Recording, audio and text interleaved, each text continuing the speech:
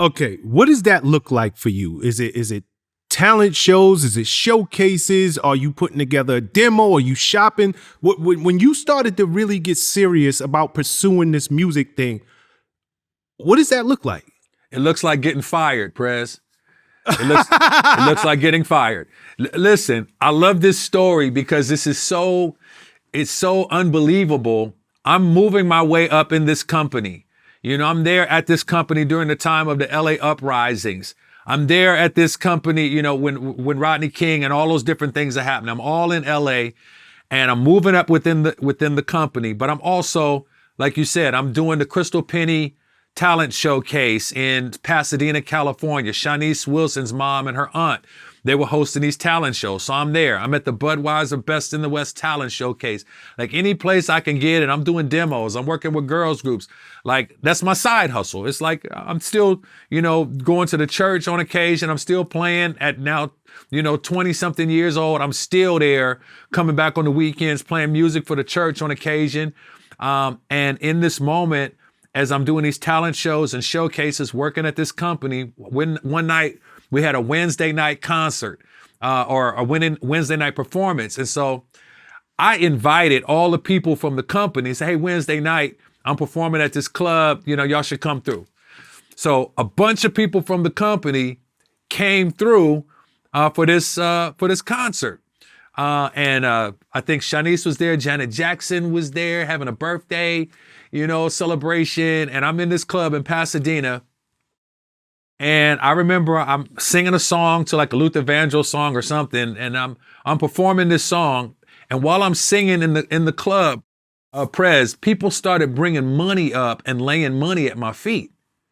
Like just, I'm singing song, I'm giving the audience the, you know, face and everything. And people started walking up and dropping money at my feet. And I'm watching this happen. And this was like a second moment, like when I was at that piano the first time.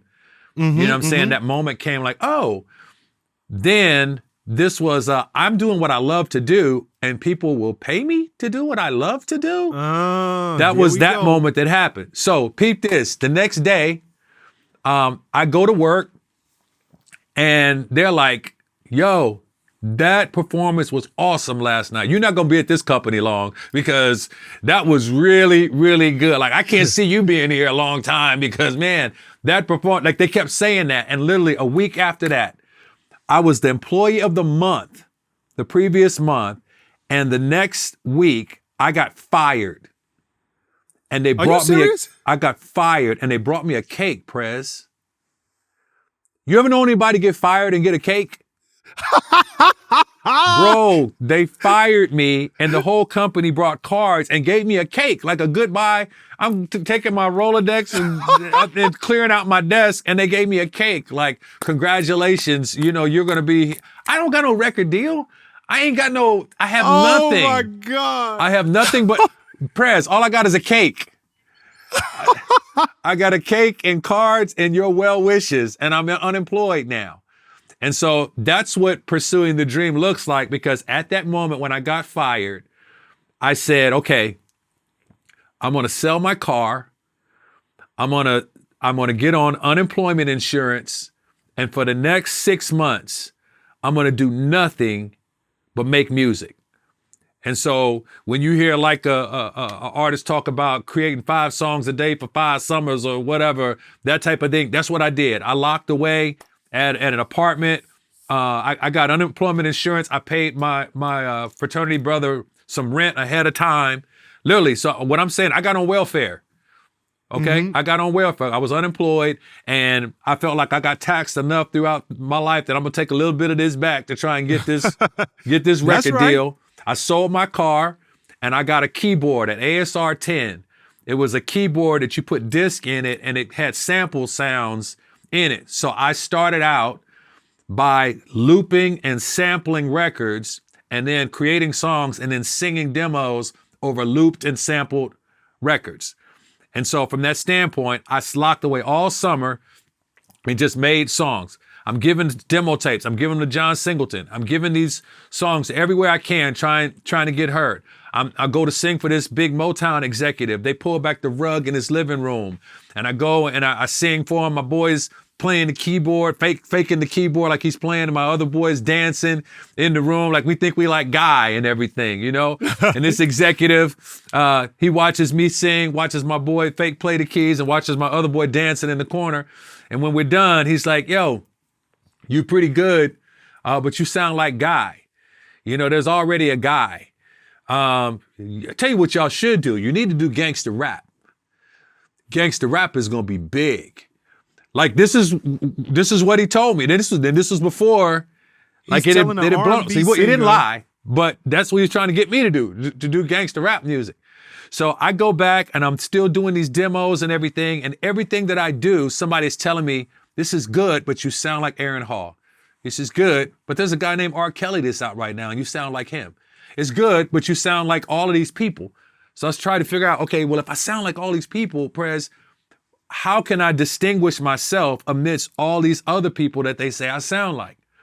So the first thing I did was I went and in my sampling, I stopped sampling like R&B, New Jack feeling records, and I started sampling blues records. Like I would go and start listening to B.B. King, all types of different blues artists, and I started sampling those break beats and stuff that were in blues records. And then I started singing over blues records. And I started rapping or writing rap lyrics, and then I would sing the rap lyrics over blues tracks. So that's how I carved a pathway for myself, because when I finally got noticed, I'm kind of speeding ahead here, but I finally got noticed because I did a demo where I was actually singing over blues records, and it was something so unique.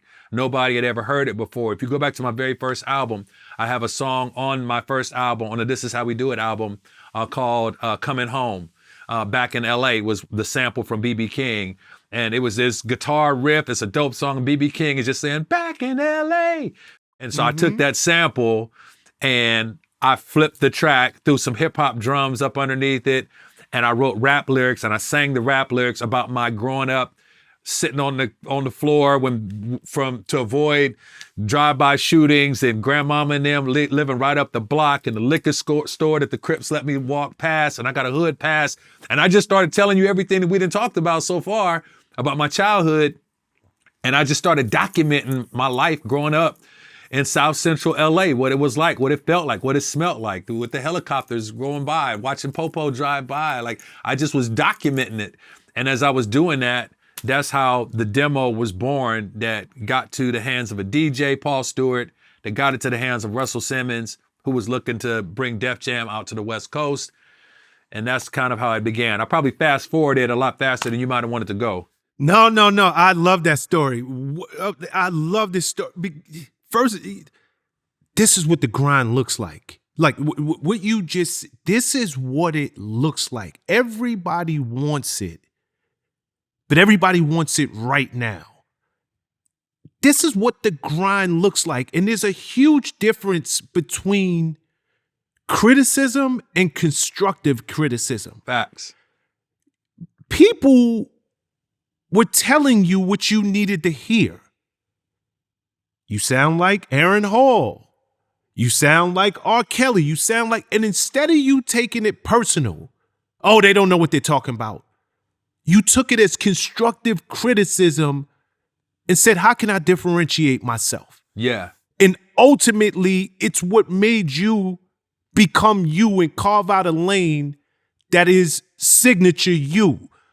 I love that story. Prez, I did take it personal though, because it was, because to me it was personal. It was about me.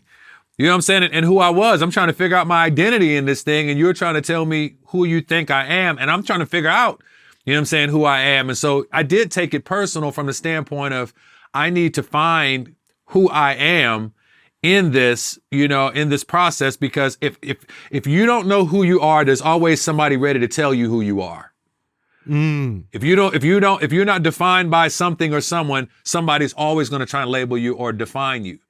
And so what was happening is a lot of folks that may be watching this is you want the promise, but you want it without the process.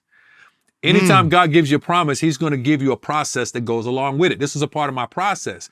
And so, yeah, overnight success.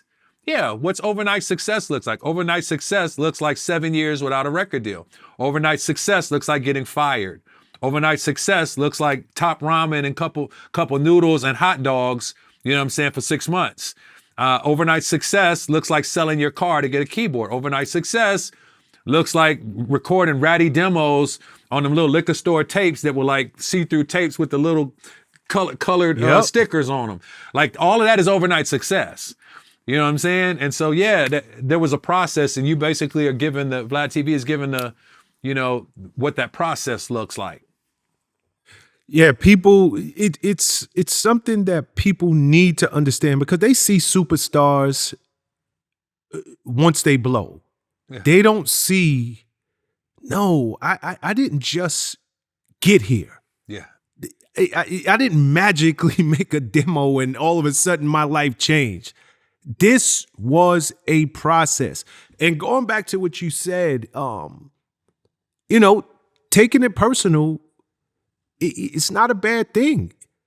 If you're willing to hear it and make the necessary adjustments. Yeah. You can't get defensive, get on your soapbox, stand on, I know what I'm doing is right. You don't know.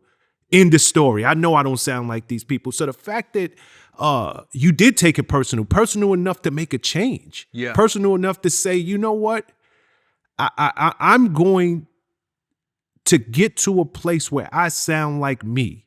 Yeah, it's necessary. And again, that's the difference with constructive criticism. Prez, let me just throw this in there, man. Constructive criticism comes best with people that have accomplished something. A lot of people are taking criticism or critique from people that haven't done anything. So although I thought my man was off his rocker at Motown for telling me what he told me, he's at Motown. There you go. He's got group signed. He's got budget. So I can listen to what he's got to say because he's accomplished some things and apparently he's seen some things and he knows some things.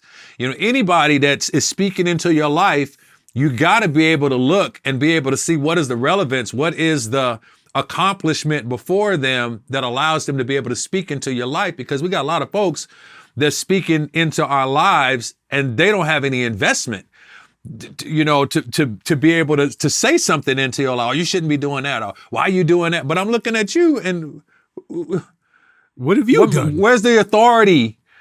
People are not speaking from a place of authority. And I think that was cool that I got a chance to hear what somebody was saying about authority. And it was right.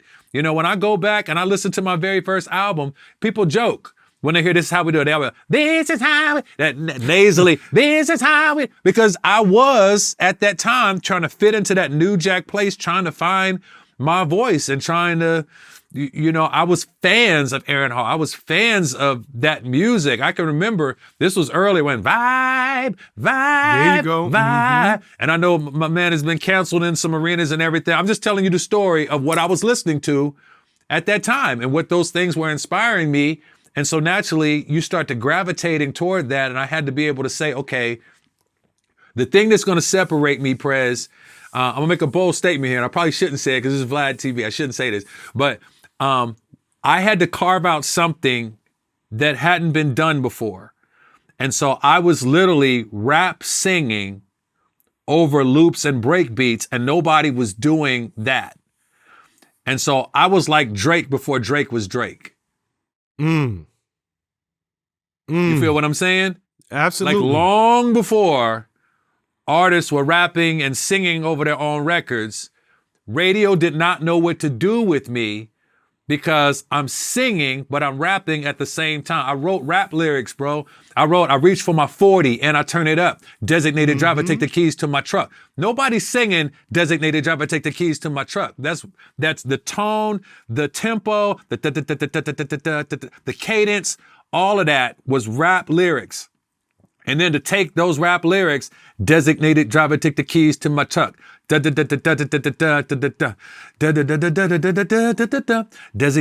take the keys to my truck. Nobody was doing that at that time. And so I started finding my way in hip hop and R&B when those worlds weren't combined, when the when the charts weren't combined, when R&B radio was straight R&B, straight R&B, straight R&B. Get that rap out of here. We only play straight R&B. You know, that's one of the ways that me and Def Jam had a successful marriage, because my music helped LL and help DMX later and help all these other rap artists be heard on radio, sometimes for the first time, because R&B music was the way for them to be able to infiltrate radio.